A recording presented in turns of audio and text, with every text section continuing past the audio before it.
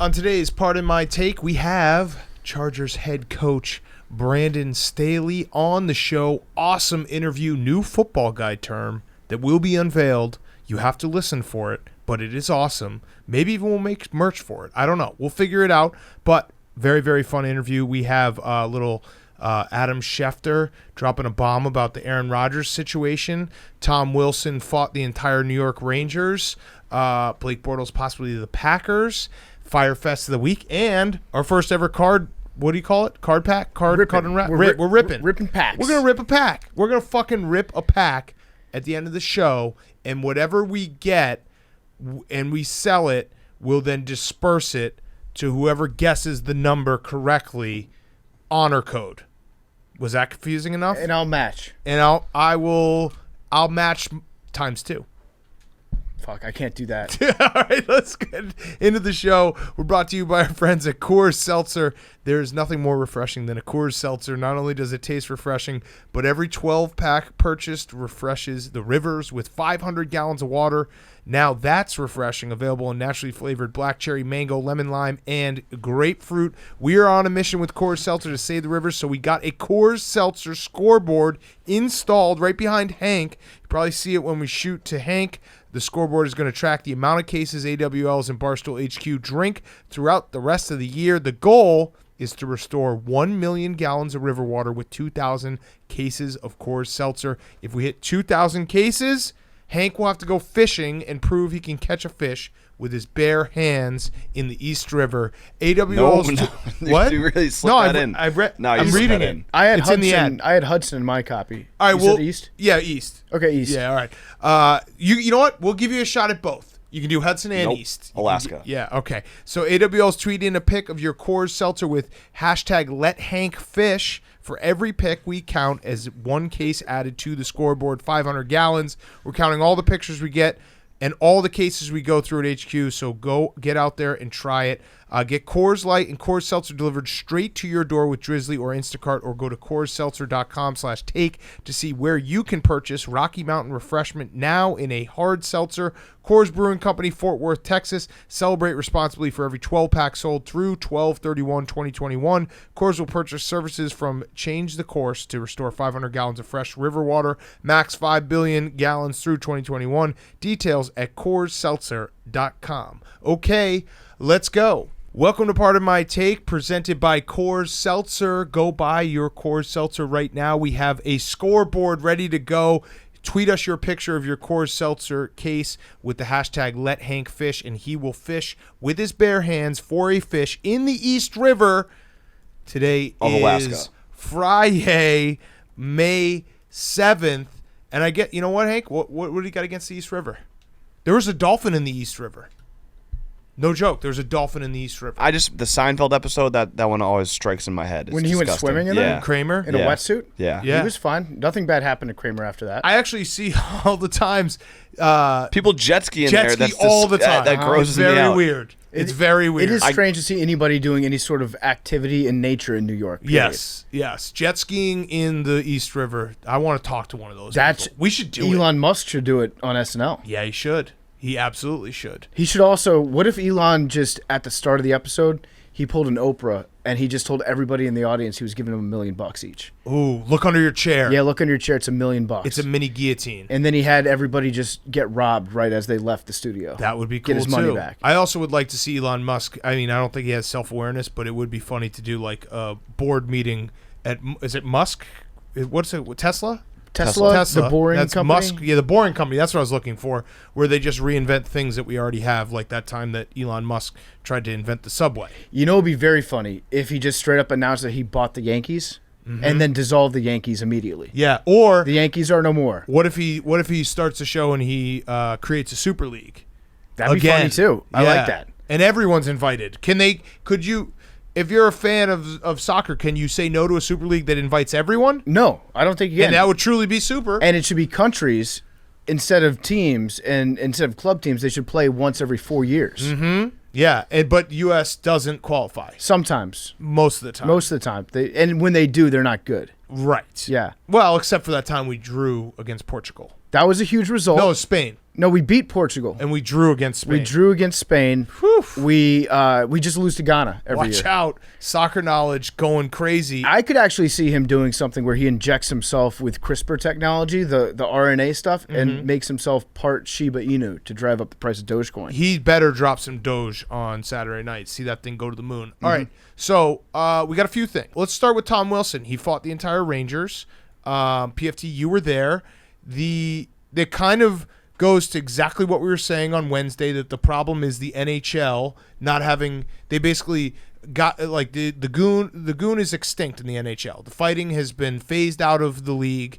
The big guys don't have a place anymore. Therefore, Tom Wilson is the toughest guy in the world, and he beat the entire New York Rangers roster. And I actually think for the Rangers, like if you go into that game knowing you can't beat up Tom Wilson, don't even fight him. It was the best hockey game I've ever been to, besides when they won the Stanley Cup. It was so much fun in that crowd. So, like, as the puck dropped, everybody fought. It was a line brawl. That's what they call it in hockey. They have a term for it. I think that, honestly, like, forget about other sports, which should absolutely incorporate fighting. I think that's healthy. Workplaces should allow fighting. Like, if you get into a fight, if you know that fisticuffs are on the table and you can fight in the first 30 minutes of your workday, you'll probably end up having a more productive day after that. You're going to get all your frustration out.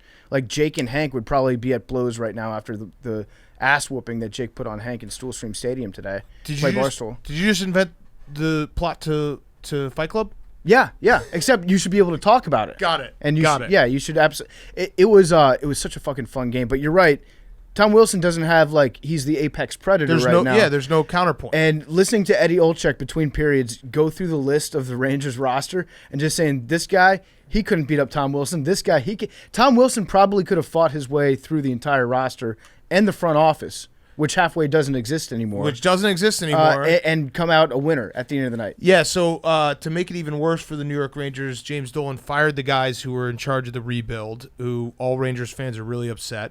And then the Rangers got fined $250,000 for criticizing the NHL. So essentially, the Rangers have played themselves so thoroughly, and it's hilarious because I honestly think if Tom Wilson had just been suspended for one single game, none of this would have happened. Probably not. That's really all that it took. Yeah. And I appreciate the NHL now giving us more of a, like, if you want to get real woke, the NHL only giving them a $5,000 fine was the greatest thing they've ever done because it kept the story going and having people talk about the NHL before the playoffs for another week. Yeah, it was actually like they did not do this on purpose, but we're all talking about hockey right now, or accidental at least geniuses fighting in hockey. Which, I mean, listen, you can try to get fighting out of the game, but the game's better when there are goons going at it. Each franchise should take one player, their biggest player that they have in the developmental system, and just be like, listen, we're just going to work with you on MMA, on boxing. You don't practice hockey anymore. You're going to be a full-time fighter, and just have that guy stashed and ready to go,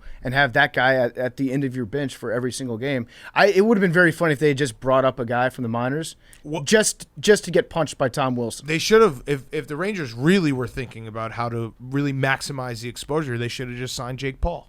Yes. Have him fight him. The entire thing was Biz. Or Biz. It was so much fun being at the game. And because it was like socially distanced in the crowd, I think they're only doing like 10-20% capacity.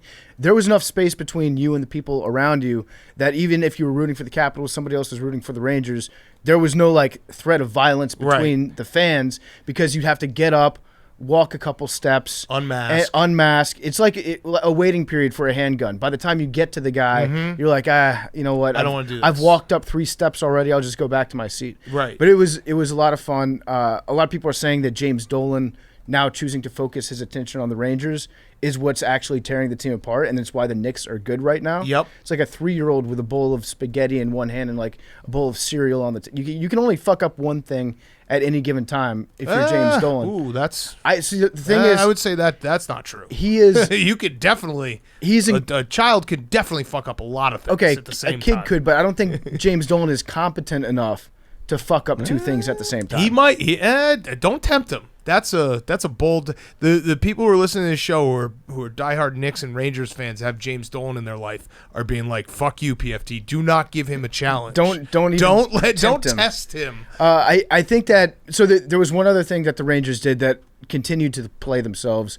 They ended up getting a suspension from one of their players for cross-checking, when he put a stick up into our guy's face. And so now like they've gone and hurt themselves more through the retaliation. And people are saying like, can you imagine if Tom Wilson did this? Has become the new. Imagine if Patrick Mahomes makes this throw. Everybody talks about it. Or Ray Rice was suspended for only 2 games. Exactly. So like you can take anything that happens in sports or even outside of sports. If it's bad, be like, imagine how people would react if Tom Wilson was caught doing this. This is bullshit. All right. Like when Jake Paul took Floyd Mayweather's hat. It's like imagine if Tom Wilson did that. Dude, that was such an awesome troll move. I know that, like, who knows? At this point with the Paul brothers, like, you could make the argument, like, everything's fake or everything's fake, whatever. Taking someone's hat like that and just saying, got your hat, no matter how old you are, how young you are, whatever, like, you could be the richest man, the poorest man, whatever you are, that bothers you. If someone just comes up, steals your hat, runs away and says, got your hat, that fucking sucks. It's so much worse when the person says, I got your hat. Got your hat. If you just steal the hat and it's like, okay, that guy's weird. You saw Floyd naturally react. He was like, I need my hat back. He's got my hat. Yeah. He's got my hat. Get my hat back. It's like if you steal somebody's hat and tell them they got your hat, that's bad. If you flick somebody's ear, that's also Wet pretty willy. bad. Wet will anything involving the ear, really. Dry willy. Yeah. You ever dry willy someone? That's fucked up. He should have stolen his hat. Pantsing someone. Pantsing, Dude, when there is, like, I'm going to come across very sophomoric here, but a pants, when you can get the underwear as well and the person's dick and balls flop out is the height of comedy. Happened to me playing pickup basketball with my friends.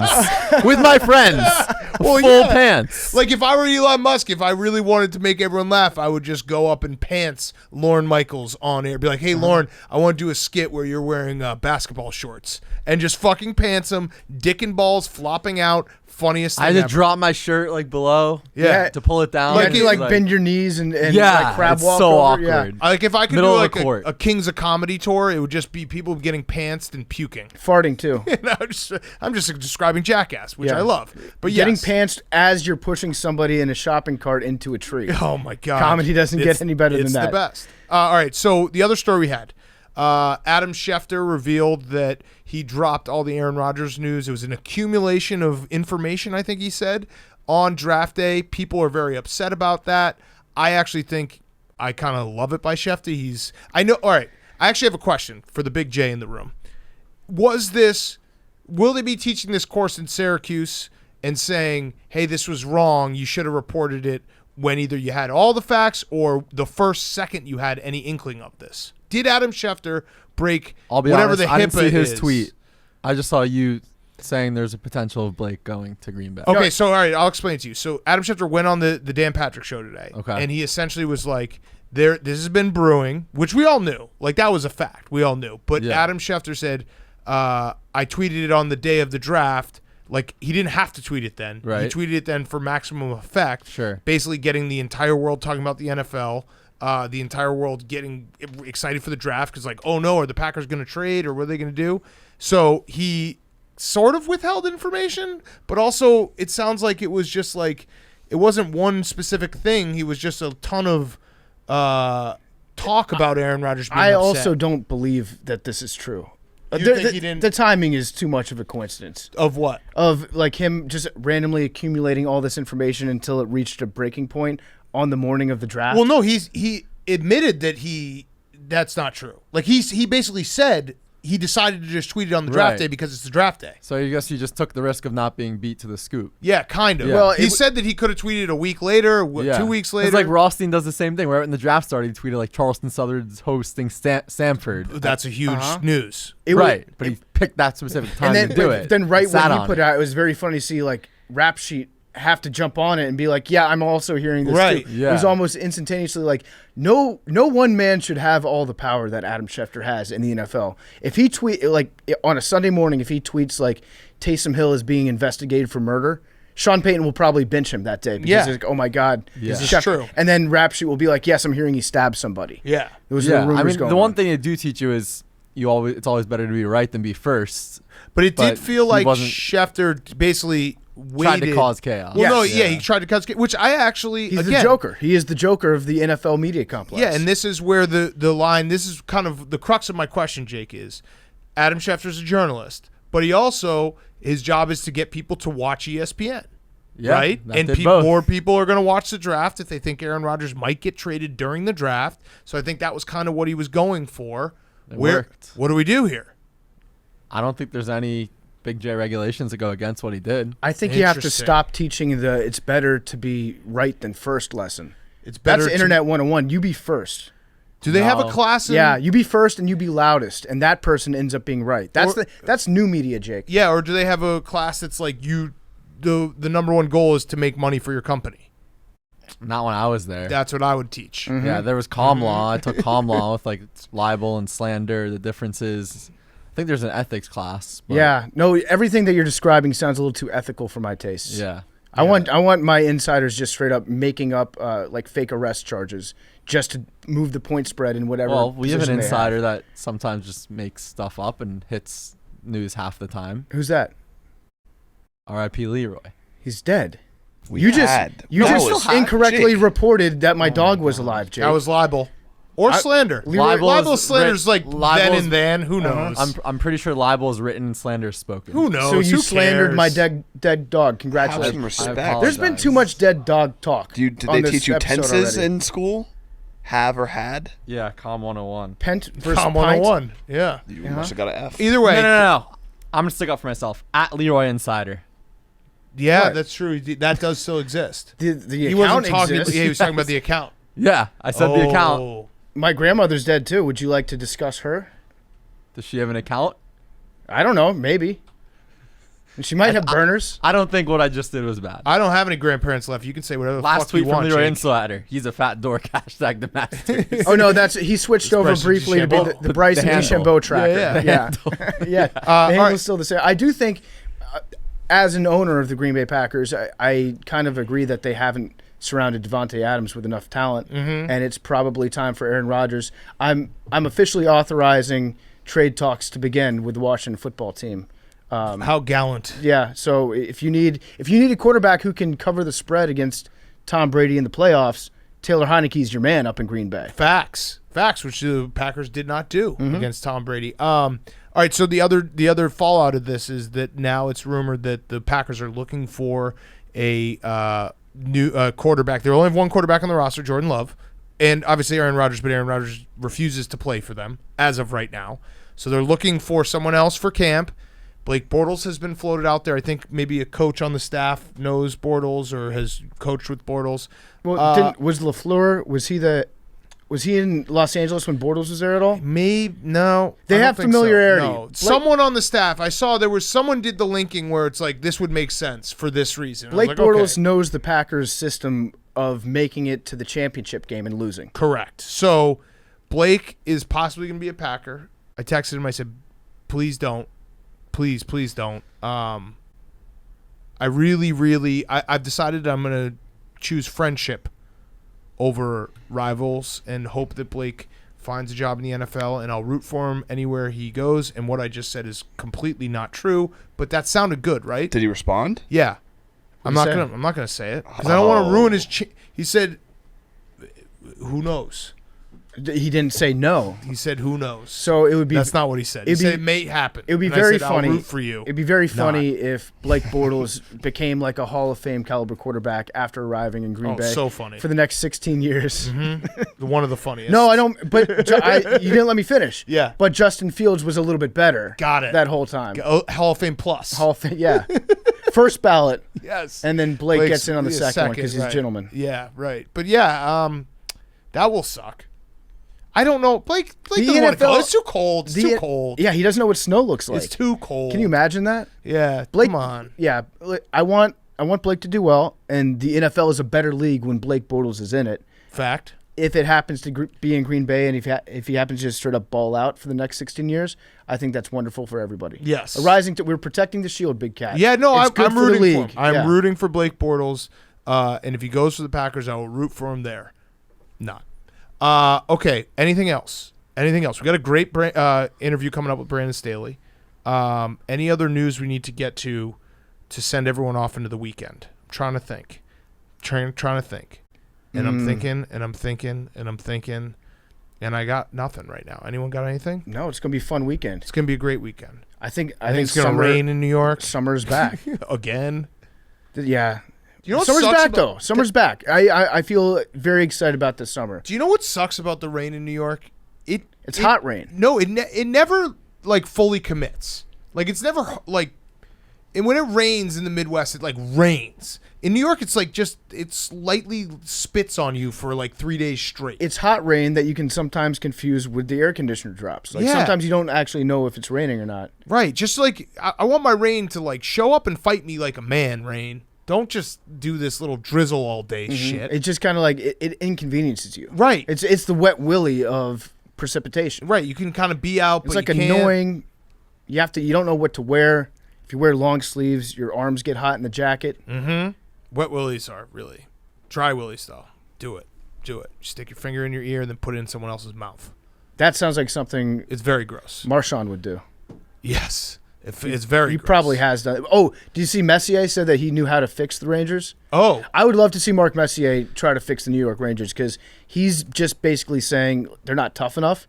So he would make the worst roster possible. He would like assemble a roster out of like monster trucks and blood. yes. And they'd lose, 50 games in a row, and then they'd win 40 fights. And he'd be like, see, we changed the culture here in New York. We're New York tough. There should be a certain like a salary cap, but like a certain level of teams that have to be run by straight meatballs. Yes. Every league you need to have, and you can maybe switch it around every year to year or whatever, but there has to be at least 5 teams that are always run by a true blue meatball. And by the way, here's one other thing we got to talk about. Tony La Russa is getting just hammered right now. He seems a little out of touch. He's in a bar. Yeah, but no, he's behind the wheel. Okay. So he didn't know the rules to the extra innings, and everyone's flipping out about it. There's 2 things going on. One is I do think Tony La Russa was a stupid hire by the White Sox, and I feel for White Sox fans because their team is actually really good. 2, dude, no one knew that rule. No one knew that rule. It's a weird rule. No one knew that rule. If you look at the statistical breakdown of how long Tony La Russa has managed in Major League Baseball and how long they've had that rule, of course he doesn't know it yet. That's like it makes up 0.2% of the time he's been in the league. Right. So you can't expect. Listen, you can get down to like the nitty gritty analytics stuff and be like, oh, Tony didn't know this or didn't know that. The bottom line is Tony is just there for one reason only, just to kind of like be a father figure. Like an absentee father figure. Right. And credit to Tony La Russa for not throwing his whole entire coaching staff under the bus because that's their fault. Like, Tony La Russa is not there to learn new rules. I just thought it was funny because they were like, how did he not know that? I guarantee you if you asked, like, 100 baseball fans that rule, maybe 5 of them would have known it. Because I think it's this year. Right? I mean, it's part of they the. put it in. It's part of the beforehand. start. Yeah, starting at second base in extra innings. Yes, and listen, it's called it's a manager, not a micromanager. You Right. don't get bogged down in the details. If you told Tony, like, hey, when the beer sales stop, that's when you start an inning with a runner on second base, I think he would pick it up pretty quickly. It's about knowing how to teach your guys the right lessons. Yes. More so than it is just expecting them to know everything. And I like the 7-inning game. I like the new rule of starting on second. I know that a lot of people don't like it. I think it's better just because there's nothing worse than games going like 16 innings. You don't like it? No, it's just a sack bunt and then a sack fly. Yeah, but a lot of times it doesn't work that way. It's weird. I feel like I've watched Small enough. ball, baby. Yeah, but and then And it won't matter for the playoffs, but I think it's 7-inning double headers. I like that. Except I don't know if they're doing this everywhere. I know they're doing it at Wrigley. It's a fucking abomination. The 5th inning stretch. It's terrible. I don't like that. It's terrible. You can't do a 5th inning stretch. There's nothing to stretch from. Yeah. You That's can't just going do a to the 5th bathroom. inning stretch. That's stupid. So if there was a 5-inning game, you do a 3rd inning stretch? This What's is next? crazy. A second inning stretch? Yeah, what the fuck? Slippery slope. Were you going to stretch before you even come in? How would you feel if college football did this for the regular season? What? I'd be Something very that confused why there were basically- bases. Wait, what? Like something where it's like you don't want to go into 6, 7, 8 overtimes. Yeah, they kind of already do that with the starting at 20. That's their overtime. And then you have to go for 2. Yeah, that's their overtime. You have to go for 2. Right, but what if they made it even more so where Okay, it's like all right, you're right. All right, here, Hank, did you- I'm you gonna started meet at you in the middle. 25, then you Here started go. at the 20, and then you started at the 4, Let and then me you started at correct. 5. Like Let me correct what my initial take because I agree You're- with you you're here. changing the Here's game. Here's You're what I'm changing saying. the game. Here's what I'm gonna say. You're right. The 10th and 11th inning should not be a player on second base. Once you get to the 12th, they should put him on second base. Fair? Yeah, yes, I think that's yes. actually where you're right. 10th inning, I'm cool with like play it straight up. 11th, same. But once you get to the 12th, just fucking get a guy on second base, and let's get everyone out of here. Get everybody home. Yeah. At that point, everybody in this, unless in the playoffs. Playoffs totally different. No, playoffs it you should just never be have this rule. Regular baseball. Ever have this rule. A regular season baseball game, once you get past 4 hours, enough is enough, right? Enough is enough. Let's just move on. Agreed. All right, let's get to our interview, though. We have an awesome interview with Coach Brandon Staley from the LA Chargers. Credit to us for not saying San Diego Chargers. I wanted to say it like 4 times. Shout out our fans in San Diego. They don't listen to podcasts in San Diego. No, my brother's out there. He does. He does? We got at least one. Oh, right. yeah, him and Mookie. Yep. I was going to say, though, if you're in San Diego, why would you listen to a podcast? Well, I remember sun, when they the decided beach. to move the Chargers, we took a lot of shots at the city of San Diego and said similar things. And there were a lot of people that were just like, hey, I'm kind of mad because of what you said. Wait, that's not a shot. Well, we were kind of dancing on the grave a little bit. When I say why would you listen to a podcast in San Diego, that is the opposite of a shot. That means you have a life and you go outside and play volleyball on a Tuesday afternoon instead of listening to us. Right. No, what I'm saying is like people were halfway mad and then they're like, but then I walked outside. Right. And so I'm happy again. So they proved our point. All right, let's do that. Before we do that, a quick word from our friends at Norton 360 with LifeLock. Hate doing taxes. There are a lot of people out there who would love to do them for you, but I'm not talking about tax specialists. I'm talking about cyber criminals and identity thieves.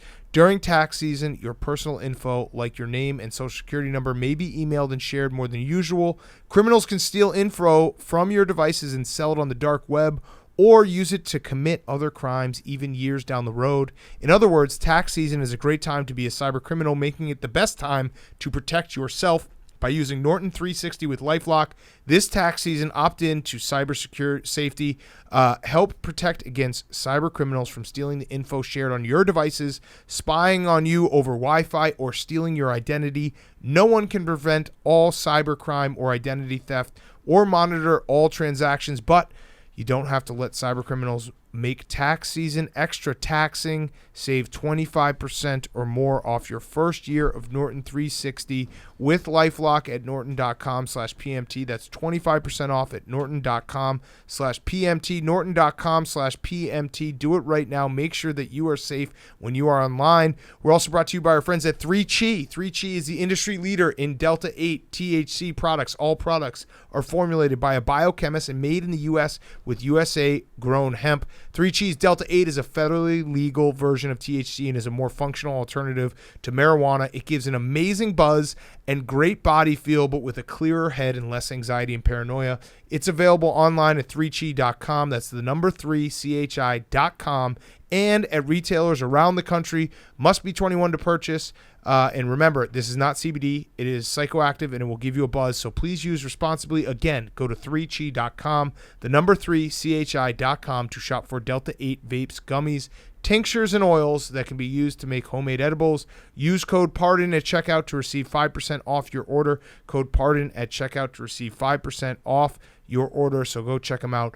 3chi.com, 3chi.com. Check them out. Okay, here he is, Coach Brandon Staley. Okay, we now welcome on a very special guest. It is head coach of the LA Chargers, Brandon Staley.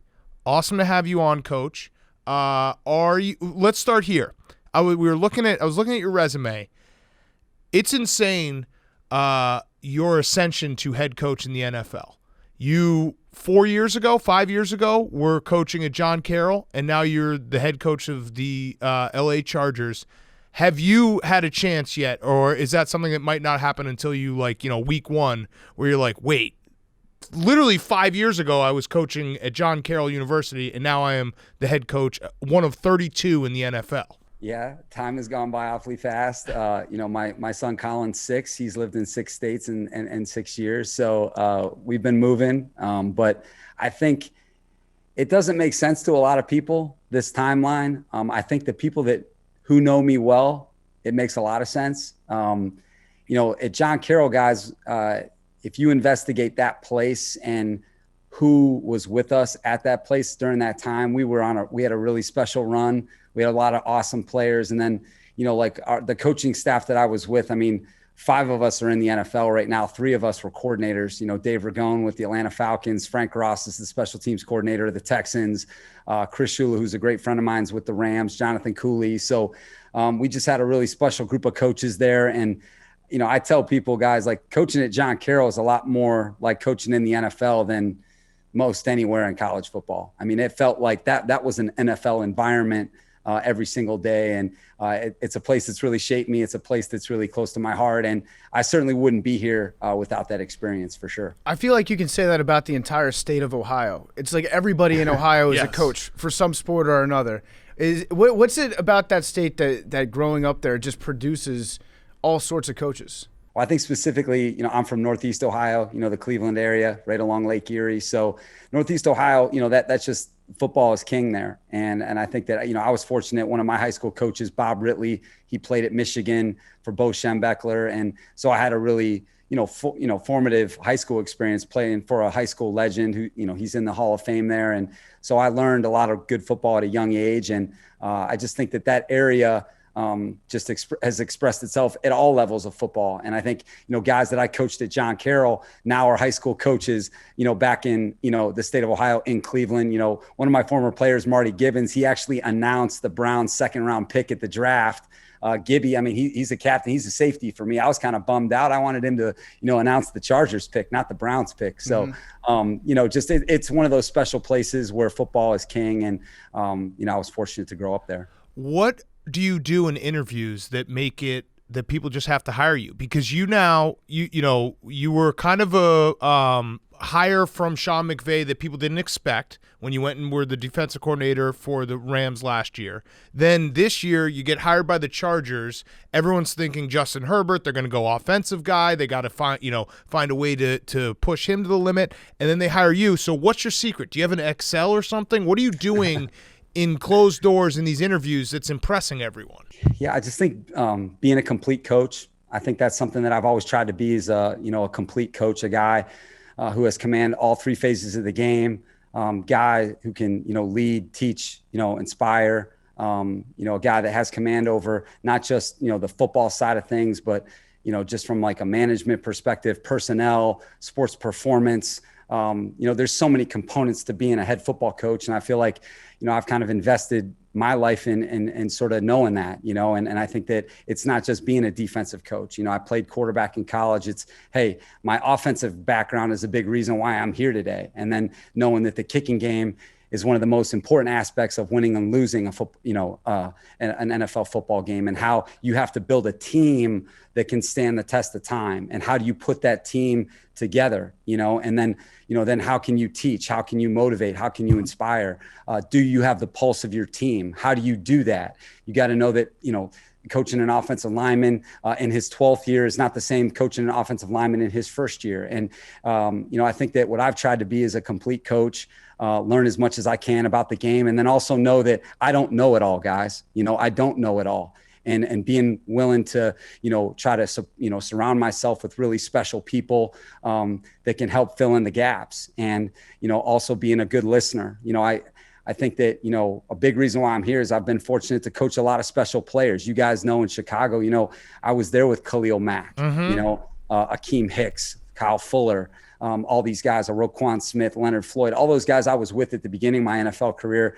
They've helped shape me, to this spot. I learned a lot from Khalil. I learned a lot from Von Miller. I learned a lot from Jalen Ramsey and Aaron Donald. And hopefully, those guys have really helped shape my game, and hopefully I've been able to help their game. And I think the other thing, guys, is we've been really good where I've been, and that's what it takes too, is you got to produce. And this is a performance league. And you guys mentioned I've been around so many great coaches and players that have helped me get here. The answer, by the way, was the kicking game part. Any coach that's like, hey, 3 phases, hired. You forget that. You forget there's a third phase. Do you call special teams we-fence too? Yeah, it certainly is that. It's where everybody joins up together. That's why it's such a special phase, is that, like I'm in these meetings in the morning now, guys, and it's such a great opportunity to talk to a running back, and like, hey, guys, why is the punt the most challenging play in football? Yeah. Like, why is that? Well, I'll tell you why. Because it's the only play in football where you start out as an offensive player and then you become a defensive player. You have to block, and be, responsible for all the protection phase from a schematic standpoint. And then you have to go cover the kick and become a defensive player. So, and the people that take a lot of pride in that and get the right people in the right seats and understanding how you bring people together. I think that there's an art in that. I like that. Yeah. Or if Jameis Winston's your quarterback, yes, then he's essentially like a special teams player at times too. Now that's actually a good thing that you just did, like being so passionate about special teams, because as a first year head coach, you're going to get a lot of reporters trying to grill you after games. And one of the best ways that you can kind of just get them off your case a little bit is just pick like one guy on like the kick coverage team and talk in minute detail about how he performed his job. And then all the reporters be like, this guy's a football genius. We love him. That's certainly one tactic that could work. I may have to, activate that. Thank you for I'm learning something from you guys. Well, I was going to say, how are you with timeouts? Are you ready for that? Because that, just so you know, as fans, that's the number one thing that we get to complain about, because it's the one thing that we can confidently say we're better at than the coaches, even though that's not true. Even that fact isn't true. But how are you, how would you grade your own timeout ability right now before the first season of your, head coaching career? Well, I certainly know how many you get, in regulation and then in overtime. So that's a good place to start. But I think that, certainly, I think the timeout part of the game, there's so many components to who is responsible for that decision. I think it's a team effort, and making sure that, hey, you know how it is on offense sometimes where you may have to take one, late in the play clock, where it helps you, to take a timeout, or, hey man, this could be a time where, hey, I can be a sounding board for Joe, and Justin, say, hey, it's better to take the delay here. It's better to take the delay, and hey, we'll live with the result of third down or whatever the case may be. And then, guys, I think what you guys are probably understanding, last 5 to 7 years is your analytics team, understanding time, score, situation, and it's not just the coaching staff; it's your analytics team helping you as well, and really forming kind of a central command center where you've got open lines of communication, because these, I think what's difficult, right, is when you're in the moment, man, things are happening fast. Yep. And in that isolated moment, you may not be ready, right? But when you have other people that are helping you, you certainly will be more equipped to make a good decision. And I'm hoping that that'll be a strength of our team. Let me throw one at you real quick. You're down 14, okay? There's 4 minutes left in the game. You score a touchdown. You go for 2? We're up by 14. You're down by 14. Oh, we're down by 14. You score a touchdown. Do you go for 2? 4 minutes left.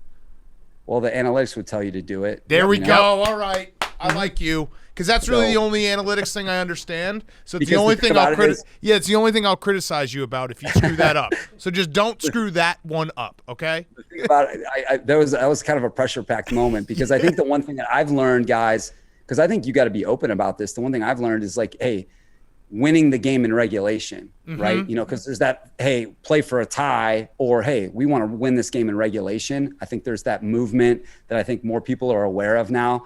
And, I'm certainly, sort of one of those people that have learned a lot, since I've come to the NFL. Well, you can always go for 2 the second time if you miss it the first time. Yes. Correct. Yes. That's really high level thinking people don't understand. that we possess over here. The whole math thing, guys. Yeah, numbers. Quick pop quiz. What's 11 personnel? Ooh. Oh, wow. That would be, so the first digit tells you how many backs are in the game. The second one tells you how many tight ends are in the game. So you know your stuff. Yeah, you do know your stuff. I can see. I want to hire you now. By process of elimination, there's 5 eligible receivers. Well, right? all right, now you're getting too complicated. No, too far. We got the you got to know how to coach the dumb guys, okay? Have you considered to kind of like get yourself in the right mindset to call the timeouts at the right time, just playing a shitload of Madden this offseason, just like forcing yourself to be in those late game situations? Well, I think gaming is certainly one way of doing it. You see that a lot in like sort of the defense, department. There's sort of those simulators, right, True. that they go through. So I think anything that can give you an advantage. What we're trying to do here is we're trying to create like the situation room here in the springtime where we kind of, isolate, hey, 2 minute and a half, right? The clock rules are different, 2 minute end a game. Well, hey, let's just look at 2 minute and a half, right? And, what's the context? +3, -3, are we down? Are we ahead? Are we even? And just going through that a bunch, right? And so putting yourself in that mode. And I think as many times as you can go through that is a positive thing, because that's how we want our environment to be here. I think that's what I've tried to create, is that, hey, we're trying to make as many decisions every day as possible so that, hey, if it doesn't go well, we can learn from them.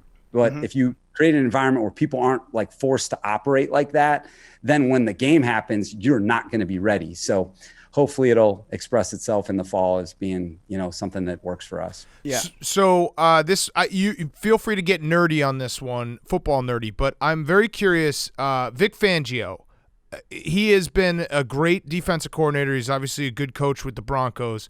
He is, if you read about your rise and how you got linked up with Sean McVay, part of that was the Bears-Rams game in 2018 when the Bears were able to shut down the Rams, and Sean looked around and was like, Vic Fangio always gives me the most trouble. What is it about him as a coach, or what does he do differently that he's been able to have so much success, whether it be 49ers, Bears, Broncos, defense, when it's such an offensive league now?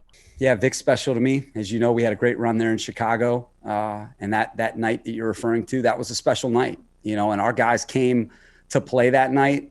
And I think a big reason why is because they were ready to play. We were ready to play. We had a lot of good players, but those good players were ready to play. And I think that that's a hallmark of Vic Fangio, his preparation, his detail.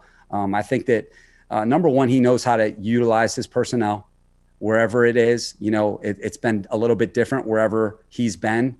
I know that studying him in San Francisco, one of the guys on my staff is a linebacker who actually played for him, Mike Wilhoit. They were a different team in San Francisco than we were when we were in Chicago, and then obviously he's gone to Denver and they're different. When I went to the Rams, we were a little different, but you got to utilize your personnel to the fullest. And then I think the other thing he does is he has a really global view of how to attack an offense. He knows how offenses operate, and he knows what can be challenging for them, both from a blocking standpoint and then from a coverage standpoint, like what an offense has to block and then what an offense has to see in a coverage system. And I think that we blend a lot of groupings, a lot of different fronts, a lot of different coverage systems, make these quarterbacks have to operate post-snap, where they're having to make decisions post-snap. It's a little bit blurry. They're not quite sure. This isn't a black and white team that I'm playing against. This is a team that's all the way in the gray. And that's how we want to play. We want to play in the gray area. I think Vic does a great job of that. And, the thing about him is his consistency and performance. He stood the test of time in the NFL for 30 years. And that's what makes him such a special guy. Yeah. I have to imagine that part of your interview process in that division was talking about how are you going to be the Mahomes stopper? How are you going to be able to shut this guy down? You have to play him so many times. Free piece of advice, make him roll to his left, right? Mm-hmm. Make him roll to his left. That's what every dumb person on TV says. So that's kind of what we repeat. Him. Yeah, make him uncomfortable with a four-man rush. Yeah, rush him. Yeah, rush him. If you can get a good pass rush. Yeah, if you get home with two, that's actually even better. Yeah. So what did you say in the interview to kind of I don't know if you were able to dive into details or what have you, but you probably had to have a plan in place for how you were going to slow down, one of the highest powered offenses that's ever been seen in the NFL. Yeah, that was certainly a component of it. And I think that, the division I just came from, you got to play Russell Wilson 3 times in a year. You're well aware of him, and he's like a magician, and they've got that similar playmaking creativity. The down is never over. He's a champion, Russell. And then, obviously, Kyler Murray, you're in the division with him, and then the Niners. So I think that, kind of what I said was, people were saying the same thing when we were in Chicago with Aaron Rodgers, Stafford, and Kirk Cousins. Back then when I was there with you guys in that city, it was the same thing. It's just, this is the NFL. It's a tough league. It's a really competitive league. And what I told him in the interview is that it's not going to be a one-man band. Like, it's not just the defense that's going to be able to help us beat that guy. It's got to be a full team that helps you beat that guy. Like, the reality is Pat Mahomes has only been held under 24 points like 3 times in his entire career. So the reality is you better be able to score to beat them, and so it's going to take a team performance to beat a guy like that. You take a look at what Steph Curry's doing in the NBA. You know what? Like, Steph Curry's a tough guy to play against, man. it's you got to have a team, to beat that guy, not just one side of the ball. So that was a big part of me talking about, those guys. It's just, it's going to take all three phases of the game, and, we're going to have to be strategic and specific because we have to play them twice a year, possibly three, right, in the playoffs. So, it's going to be an exciting challenge for us. You mentioned Russell Wilson right there. Settle a bet, because this is a theory I had last year. I think you brought in Blake Bortles to be a scout team Russell Wilson ahead of the playoff game. Is that true? We brought Blake in, and we also had this other guy named Bryce Perkins, who's a really good quarterback at Virginia. We had those two guys working for us. So we had all hands on deck. No one's ever gonna truly represent those guys, but I think those guys did a good job.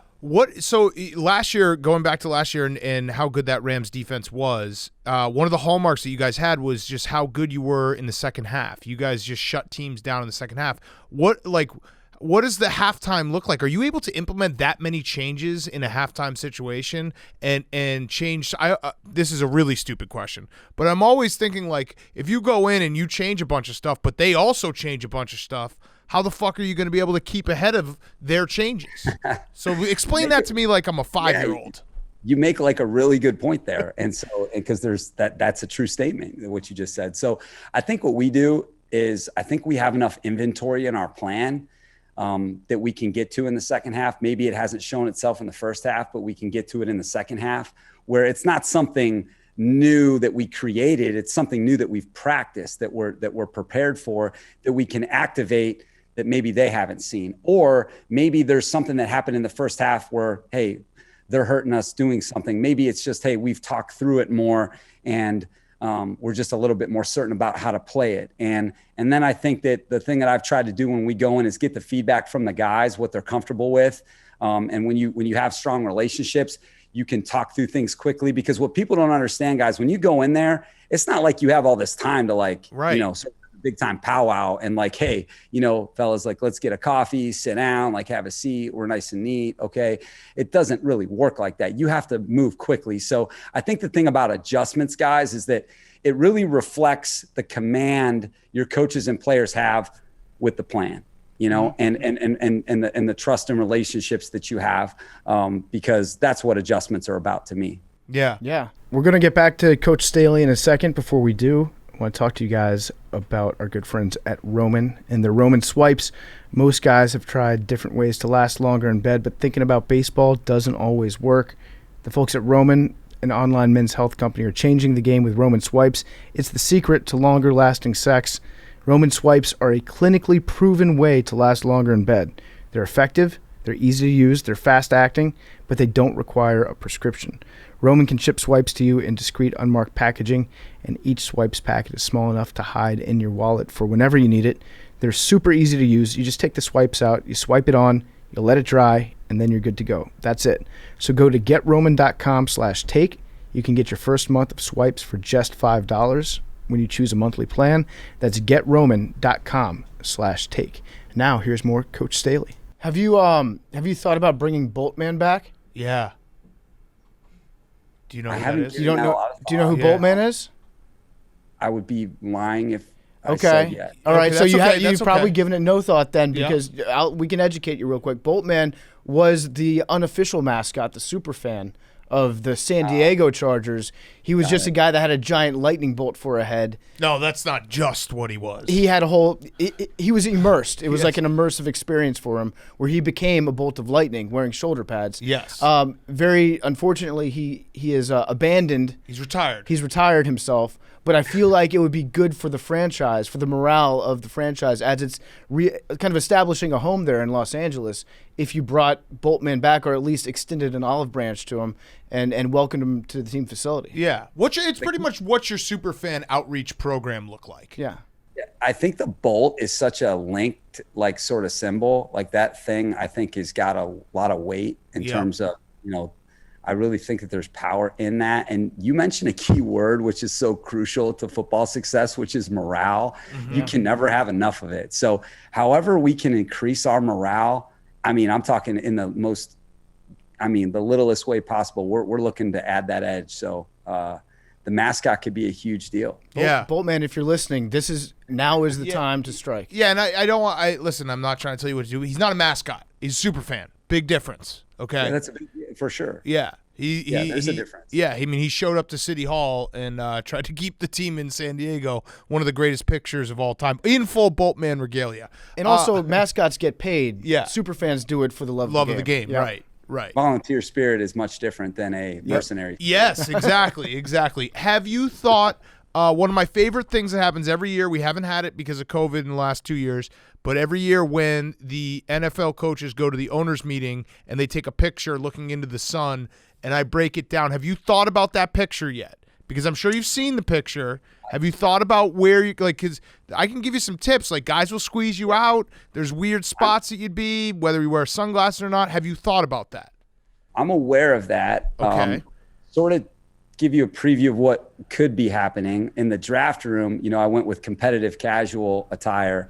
Wait, what is that? I love it. Didn't want to go with the banker attire, so we went competitive casual. Explain competitive casual. That's just Break something down that competitive a casual. football coach made up. Yes. I don't think that's natural. To wear style. sweatpants. Yeah. Well, wait. it's actually in the lexicon. Okay. Right now of game day attire, but just essentially like, hey, this is like, we're a coach. I want these guys to be able to like look back on their moment, and it's like, hey, that was their coach calling them, not some guy that looks like, you know, he runs a hedge fund. So, you know, and then from the picture standpoint at the owners meetings, you know, it's in Arizona from what I understand. Yep. Like that's where it's been, which from what I understand, Arizona is a very hot place. I don't know if you're going to be seeing like a blazer and, you know, khakis. Topless? You want to go topless? That's I McVay. don't Tits think out for the that boys? either. Sean. I just think it would be you know, my attire will be, you know, indicative of the climate and then my beautiful bride. Okay, you know? so don't go Hawaiian shirt. That's all I'm going to say, because that's Andy Reid's corner. If you go there, I will absolutely roast you. That's the opposite of being original. Okay. So, All right. Yeah. Good. All right. Another nerdy question for you. So, you know, looking at, you know, you talked about it, Khalil Mack, Aaron Donald, Jalen Ramsey. Let's say Aaron Donald. What does it do for you as a defensive coach when you have a guy like that? Are you truly able to be like, all right, I don't even have to worry, like he's going to beat whoever's in front of him, and everything else like is built off of that? Or is that something we make up in our own head? For the fans, like, you know, when you have a player of his caliber, Khalil, Vaughn, you know, Ramsey, whomever, when you have players of those players' caliber, it's a really sacred responsibility to get to coach them. Okay, so you know the amount of attention every single week that's in the plan for that player. So what we spend a lot of time organizing is how we can isolate this guy in matchups. Spend a lot of time organizing it, where as many times as we can, he's playing one and a half guys, not two, right? And so the amount of time that we, you know, spend thinking about that, both in the run game and in pass rush, you know, we spend a lot of time on that, because he's going to play well regardless, like you guys are saying, but it's how well. You know, what we want to do is we want those premium players to play their best for us. You know, and I feel like that's something that we've been able to do with guys like that. You know, Khalil, AD, you know, AD was Defensive Player of the Year. Khalil, I think, you know, the year we were together, guys, in 18 probably would have been the Player of the Year. He had not missed those 2 games. And then Ramsey was first team All-Pro last year and had his best year. So when you join up with those guys, a lot of it is collaborating with those guys. Hey, this is where we're trying to go with you. Can you see it? Do you like that? Are you comfortable with that? And so giving them that thought process so that they can go full speed ahead and do what they do. But knowing, hey, man, these guys have a plan for me. They're not just like telling me to go out there and wing it and go ball. Like, these guys really are trying to help my game out. So I feel like that's what we've done. And the players like that, you know, it makes sense to them right away how you're trying to use them, because they know where the production is in this league and when they get those ops. And so that's what we've tried to do with those guys. That's an interesting answer, because it kind of is the opposite of what we as fans always think, like, oh, you can just let Aaron Donald go out there and ball. You're saying essentially like we are actively trying to always get him into matchups where he can ball to that extra level, even though he's that good. You are like let's get you on these one-on-ones constantly so that you will always get home. That's interesting. And then the other thing I think, you know, the other thing that we opened up those guys' eyes is like, hey, listen, what Aaron Donald and Jalen Ramsey did for the other guys, the other 9 guys on the field. Like, if you look at the Rams this year, everybody was playing at a high level. You guys know Leonard Floyd. I mean, just signed a huge deal. John Johnson, right? Morgan Fox, guys that people haven't even heard of, undrafted guys, Darius Williams, Troy Hill, Micah Kaiser, Troy Reeder. We had a lot of guys playing, rookies, and so, hey, Aaron, Jalen, you can also open up all these ops for other people, because ultimately we want to play team defense. Right. We want to play team ball, and to be the very best, which we were this year, it's got to take everybody. It's not just AD, right? And when we were in Chicago, it wasn't just Khalil, it was all those guys, right? It was Kyle, Roquan, Leonard, Eddie. I mean, it was all those guys balling. So that's what you're trying to do when you're coaching the guys like that. What about on the other side of it? Is there a player in the NFL, like we always hear defensive coordinators be like, this guy keeps me up at night? Have you actually ever been kept up at night thinking about an opponent's defensive player? A defensive player or an offensive player? Let's say defensive player, because that's what you always hear about. Like, this guy keeps me up at night trying to figure out how to manage him. Yeah, I mean, there are. I mean, and that game within the game is real, fellas. I mean, just talk to like what's been awesome here being the head coach is you're in these meetings with Corey Lindsley and Brian Balaga and Ode Abushi, Matt Filer, these guys that had to block all these like really good players, and so you get this rich perspective, right? And so, yeah, there's definitely a bunch of guys that you can say, I'm a little careful about just, throwing out one name, because then it's like, man, there's just so many other guys. You're good. Yeah. But like I think that what makes it special for the fans is who those premium players are, and that's why they get paid so much, and that's why people want to watch them. So yeah, good answer. That was smart. Good answer. That's You're very, smart. Yeah, you're smart. smart. You could have gassed one guy up, but at what cost? Yeah, man, I don't want to do that, because I got too much. There's too many guys I got respect for. That's just such a delicate place to be. So. Yes. I think that you're instantly one of the bigger football guys in the NFL as far as head coaches go. Just the fact that you dropped, what was it, competitive casual? Mm-hmm. You've said the word opportunity several times. Ops. Yep. I like that. I feel like we're going in a good direction here in LA. You came from obviously like you can call it like a mini cradle of coaches. Sean McVay's staff. It seems like somebody gets hired from there like every other year. Does he ever wear a shirt? Or is that just on game day? Is that competitive casual for him to just like hang out shirtless? Yeah, everyone's giving Sean a tough time, man. The guy's in shape, man. He works out, the guy. So, I mean, shoot. But yeah, I mean, like, besides being an amazing coach, I do think he has a fresh sense of what to wear and how to wear it. So I think that's always been a winning edge of his. We like to make fun of Sean because we know him a little bit. We've had him on a couple times. We've, run into him a few times at the combine, and he did say, like, why are you guys giving me a hard time about my facial hair all the time? So once he said that, it was like, well, that was a mistake, Sean, because now we're going to do it all the time. Oh, we're coming. Right. You just gave us the playbook. I'm sorry. I think it's more like he saw how bad my facial hair was, and he's like, that's true. He's like, this is the guy that's been making fun of my facial hair the whole time? That is true. I was like, yeah, and I'm 5'10". I saw a quote that you had when you first met Justin Herbert. You said he's one of the guys. I think that's the best compliment you can give a QB. I love that. So have you talked to him about his hair, though? Is he going to grow it out, or is he going to keep it high and tight? Because we've come across a little bit of a theory that no long-haired quarterback has ever won a Super Bowl. So you might want to just get in front of that like right away. I don't know. Tom Brady's got pretty long, he's gone long. Not when he won. That was when he was 17-0 or 19-0 or whatever, or 18-1. You're talking about actually at the game. At the game. Kenny Stabler is pretty much the only one. Yeah, that's separate. Well, do you want to go to the game or you want to win it? Coach, I mean, we all know the answer to that. Yeah, everybody called me coach. I like told that. this guy is that your hair is a tremendous asset, okay? And the fact that you can do either, I was like, does make you special, because all great actors change their look. Yeah, okay? that's true. All great actors change their look. So I was like, the fact that you you have the hair, and then that you can go the other way too. I was like, hey, it's a great advantage. I think you're aware now of how people feel about it. I do think he is aware of how people feel about it. But the good thing that is refreshing about him is that he does not take himself too seriously. So I think that when I said he's one of the guys, I think that's also an element. Hey, you got to be able to take it sometimes and just, just put that smile on, shake your head and be like, yep, yeah, we'll keep it moving. I like that. You can always take away hair if you want, but you can never just like straight up add it on. Yeah. But on the other hand, you can get tackled by your long hair and it's completely legal. So it's kind of an advantage for the defense. That's a fact. Yeah. I'm curious how you got into coaching defense to begin with, because as we mentioned earlier, you were a quarterback at Dayton. You came from an offensive background. I looked up some of your stats. You were a dual threat guy. You were pretty quick out there. So how did you decide that you were going to end up on the defensive side of the ball? The coach who hired me into football, a guy named Joe Novak, he's the guy who kind of built Northern Illinois University.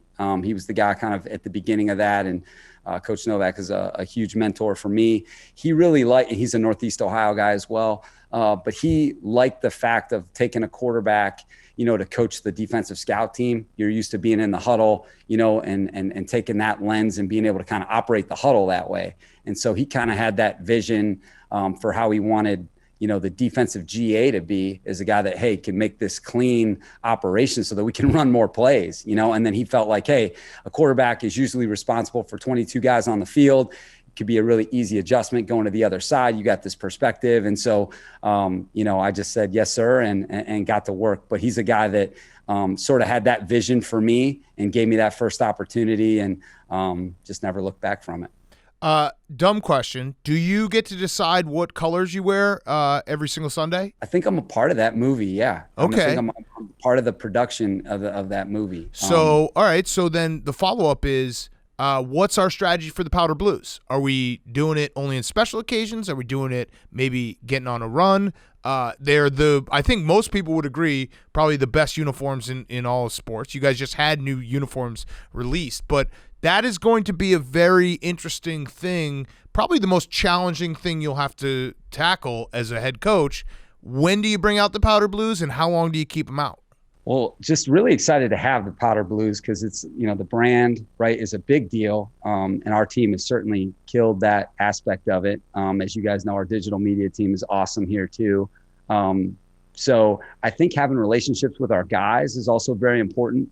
Where are they comfortable? I think, variety is the spice of life. I do think that we have that variety, but you always want to have that staple. All right, got to have it sort of uni.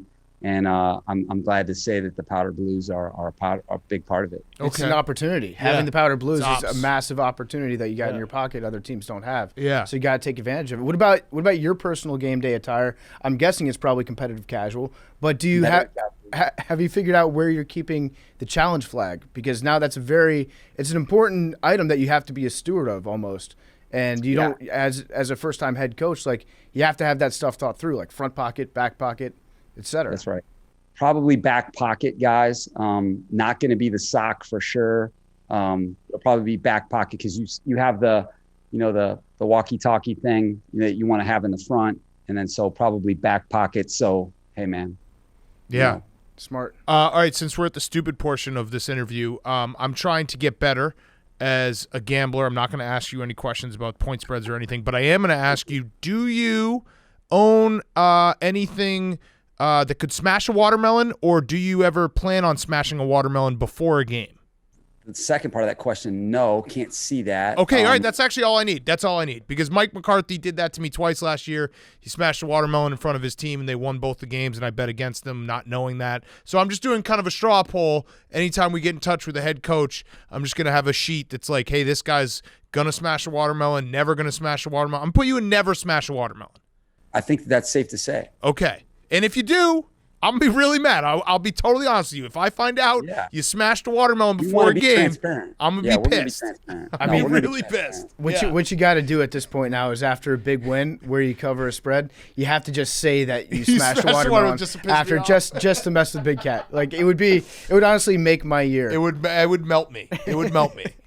I will tell you, there's nothing better than watching you guys at the end of the game when something's on the line. These videos, I mean, the amount of emotion, I feel like I'm there. I mean, I truly feel like I'm there, and you guys are crushing it as it relates to that. We wear our hearts on our sleeves. I appreciate that, and I guess that's March Madness in particular. Just that's such a key. I mean, chaos watch for everybody. Mm-hmm. Yeah.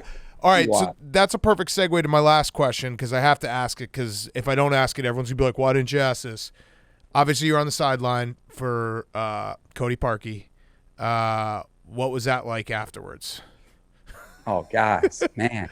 I mean, it sucked for me. The hardest part is, I think, looking at a guy like Khalil Mack in the face. Mm-hmm. And, like we felt like we had certainly the defense that could go on, a run. I mean, and I think the toughest thing is seeing those competitors, the guys like him, that, man, just that heartbreak that's a part of sports, right? It's just, that's what we sign up for is sometimes it doesn't go down for you. So I think that's the moment that stands out to me the most, fellas, because I remember when it went down, just looking at him and, man, what a great run. But it's like, for him, you wanted it so bad, and this year you guys saw probably Aaron Donald after we lost to Green Bay. You guys don't realize how much it means to these guys. And, I think that's probably what I'll remember the most. But at the same time, you go in the locker room, guys, and that's the bittersweet part for fans is when you go in there in the locker room, then it's that bittersweet part of it, knowing that, hey, we had a special run and you're really proud of everything that happened. Yeah. Mm-hmm. Yeah. That's a good answer. Yeah, you don't want to feel like you let a guy like that down. Definitely. My last question is just, do you get recognized in Los Angeles? Are you a star now? I mean, guys, when I say no, not even a little bit. I mean, like I might as well be, there's probably a lot of, analogies or metaphors I could use, but no, the answer is no. And that's, I'm excited about that. Okay. So, all right. So we're going to just throw a challenge to our listeners. If you do see Coach Staley out there, just go up to him and be like, loved you on PMT, so that we can get you recognized for that at least. That's fair, right?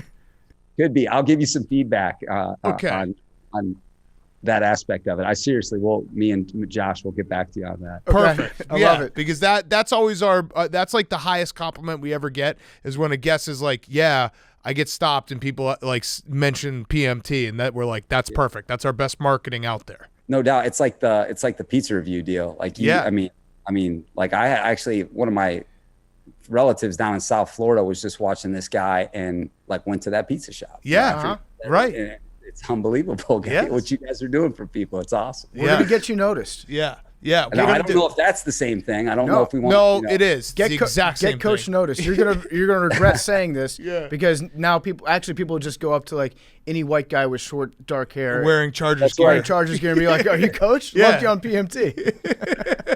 That would be the greater question is how many they get wrong. Yes. Like that would be the yes. more interesting data. Yes.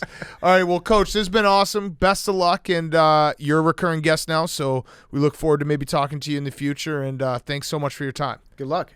Big fans, guys. Thanks so much for having me. Coach Staley was brought to you by our friends over at MVMT. He was born in a tiny apartment in Southern California. 2 college dropouts teamed up, and they made a watch company that broke all the rules with fair prices, unexpected colors, and clean original designs. Movement, MVMT, grew into one of the fastest growing watch brands, shipping to over 160 countries across the globe. Now Movement has expanded into blue light glasses. They protect your eyes from your screens. They have minimalist jewelry, and they have style essentials that won't break the bank, all designed out of their California headquarters. I love my Movement watches. I got like 3 or 4 of them. They've sent, I think, a few pairs to us over the years. One year I gave all my family bunch of Movement watches. They loved them. Mother's Day is this weekend. Maybe pick up a Movement watch. By the way, it's a PSA. Don't forget Mother's Day, Sunday. Yep. Don't forget it. Mother's Day, Sunday. Hank, Mother's Day, Sunday. Jake, you already know. You probably already bought your mom. I already got the gift on the way. Extremely nice. But it's this Sunday. Movement would be a great option if you want to get something for your mom. You can get a beautiful watch shipped right to your door for free.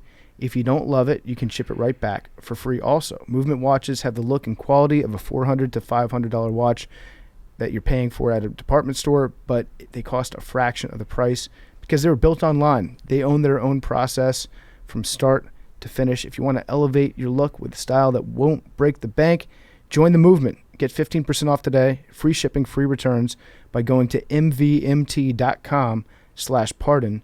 Again, that's mvmt.com/pardon. All right, breaking news. As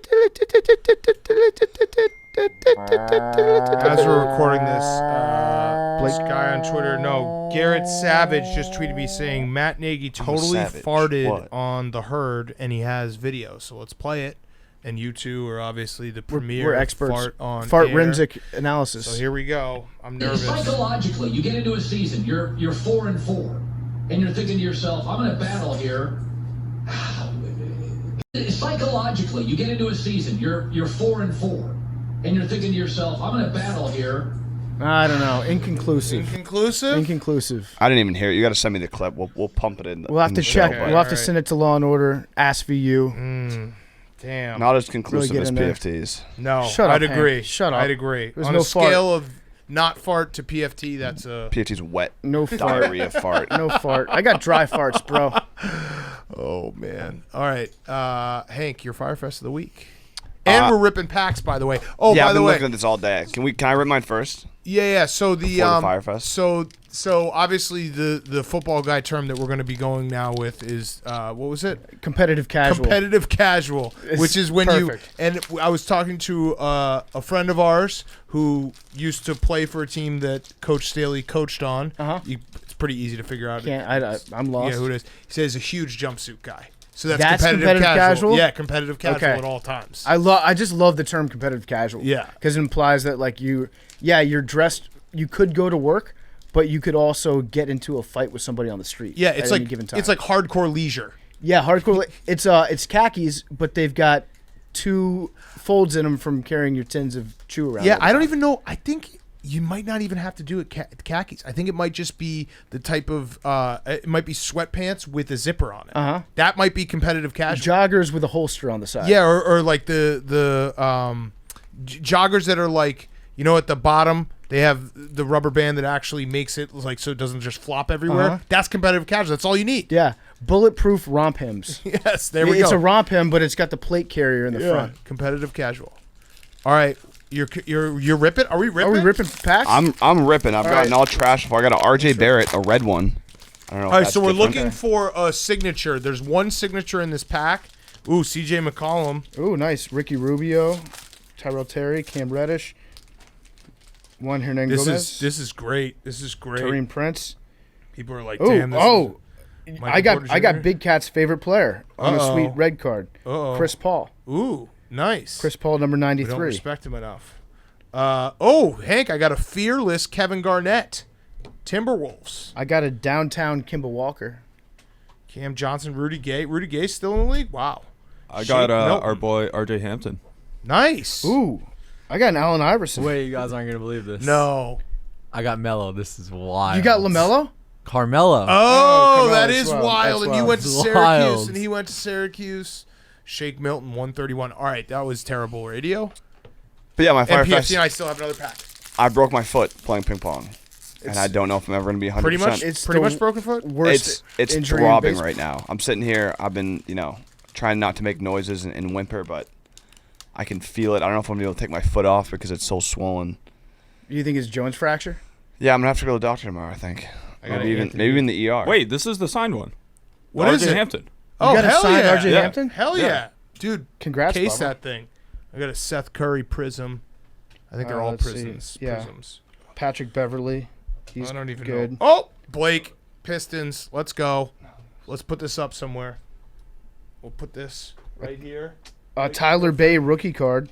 Blake Griffin, Pistons. Ever heard of him? One of our best friends. Genus. I got Genus at Anto. Nah, Kuka, that guy trash. Oh, Big Like, Cat. can you please stop doing this? No, this will make it all worthwhile. Oh. Big Cat, we don't say this enough, but I love you. Yeah. And as a present for being here today, I have a Lou Dort card for you. Oh, fuck yes. That's the nicest thing anyone's given to me. Thank you, PFT. You're welcome.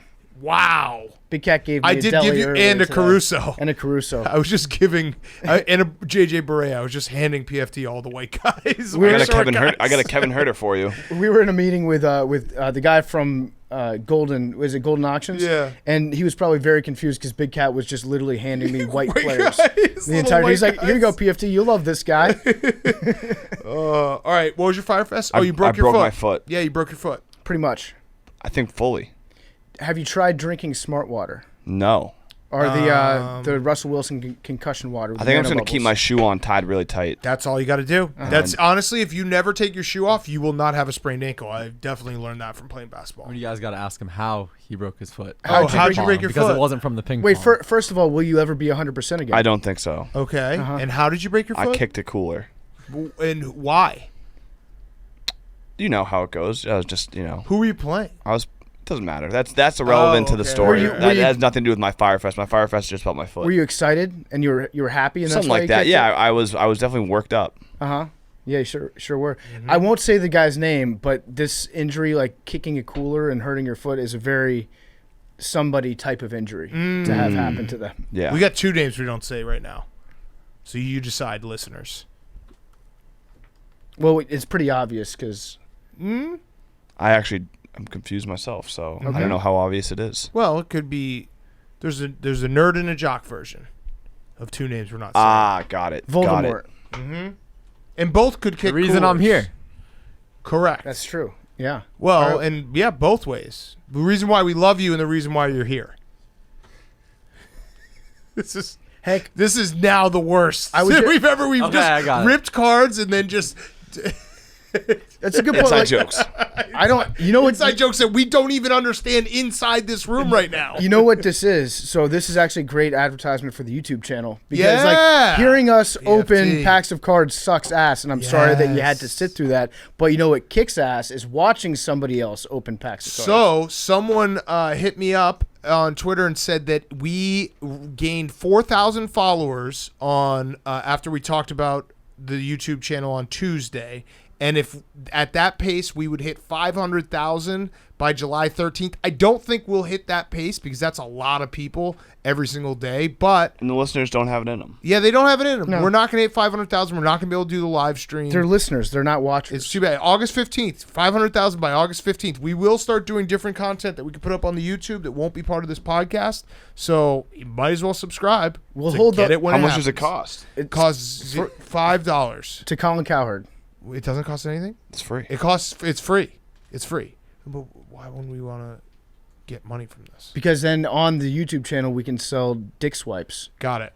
Okay. Yeah. So it costs Get- $0. Get that dick swipe bag. It costs $0. All right. PFT, your Fyre Fest. My Fyre Fest of the week is, well, I've got 2. I'll just say it. I'll get in front of it. You're I 5'6". am starting. where did that come out of? That was just unnecessary, Hank. I was telling you. I hope you have to get your foot amputated. Oh, shit. Yeah, I hope it's real bad. I hope it gets infected like Jack Daniels when he kicked his safe and he died afterwards. I hope you die, Hank. Then I'll steal all your cards and your dog. Hank, I also hope you die. Okay. This has gone too far. Yeah. Well, you didn't let me Jake, finish. I you're was gonna going to get put on the say, die list but it's pretty not quickly. you. It's Andrew Siciliano. I'm not even gonna argue because I know how this goes every time. That honestly, that 5'6" comment was more applicable to Siciliano, but also it was chuggy as hell. I think I it got was chug vibes. No, I think that wasn't trying too hard at all. That was chill. Okay, It's very chill.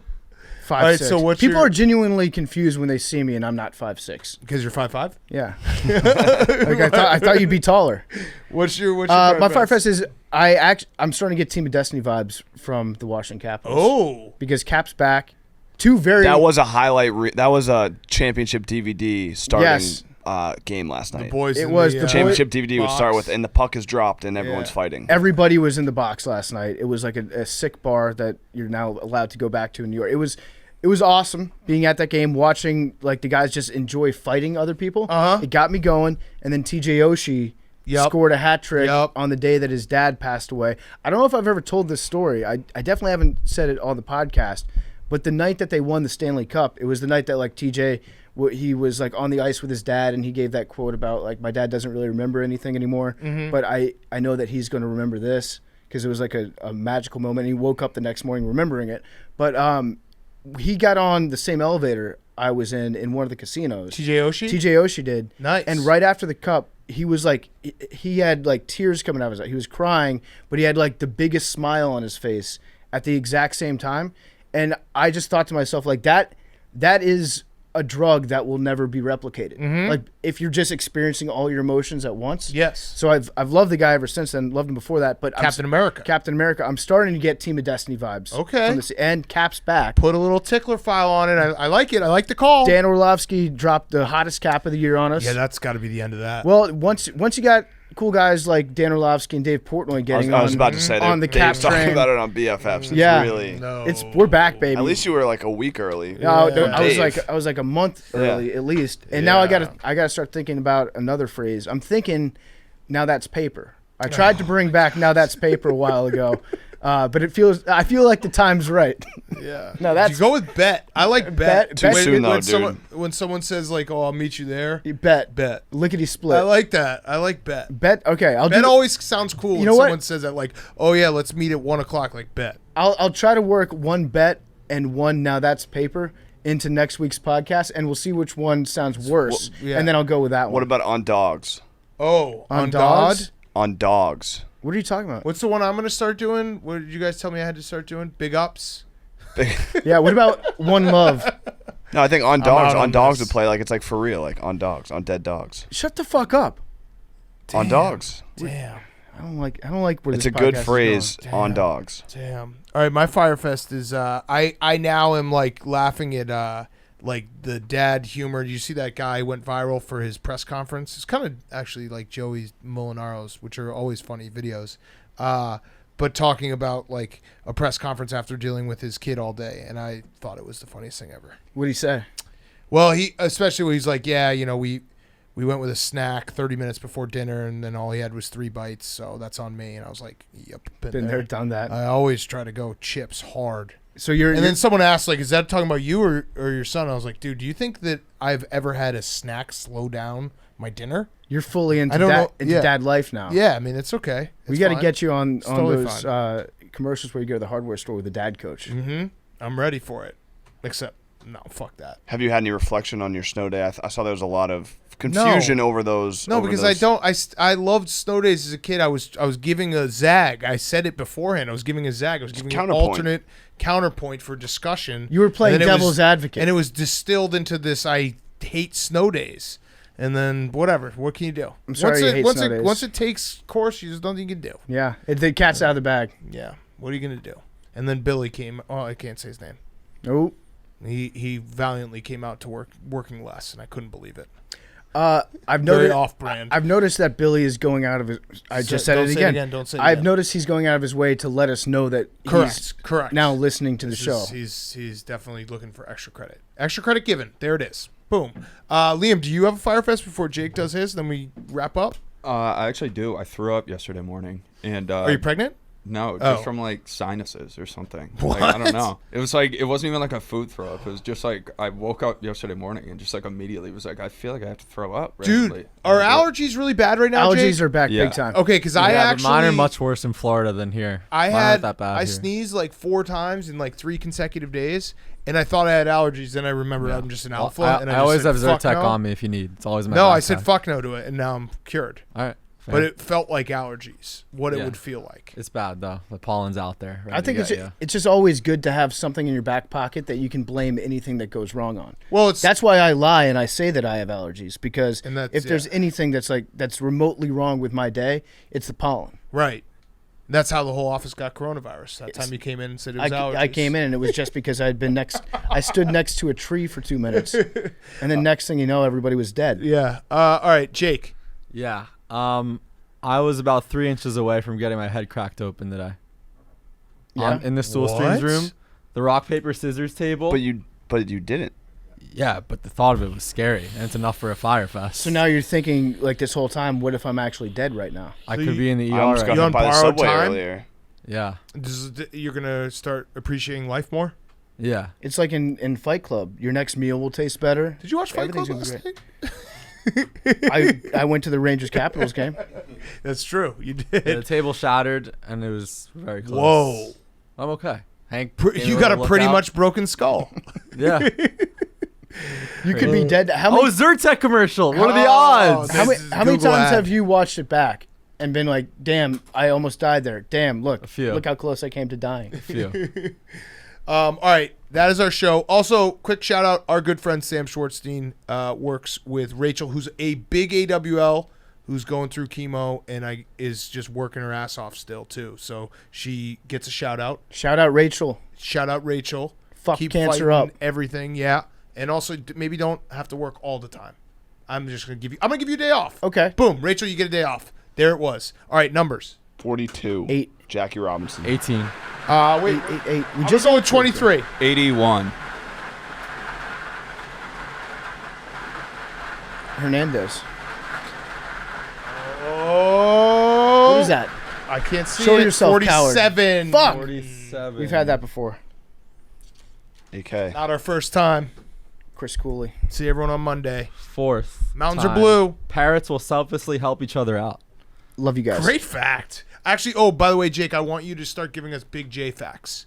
Like facts like about about journalism journalists? and Okay. journalists. Okay. Yeah, that'd be good. Plus the animal or just no? Have one of each ready. Yeah. You got it. Dealer's choice. Love you All guys. right.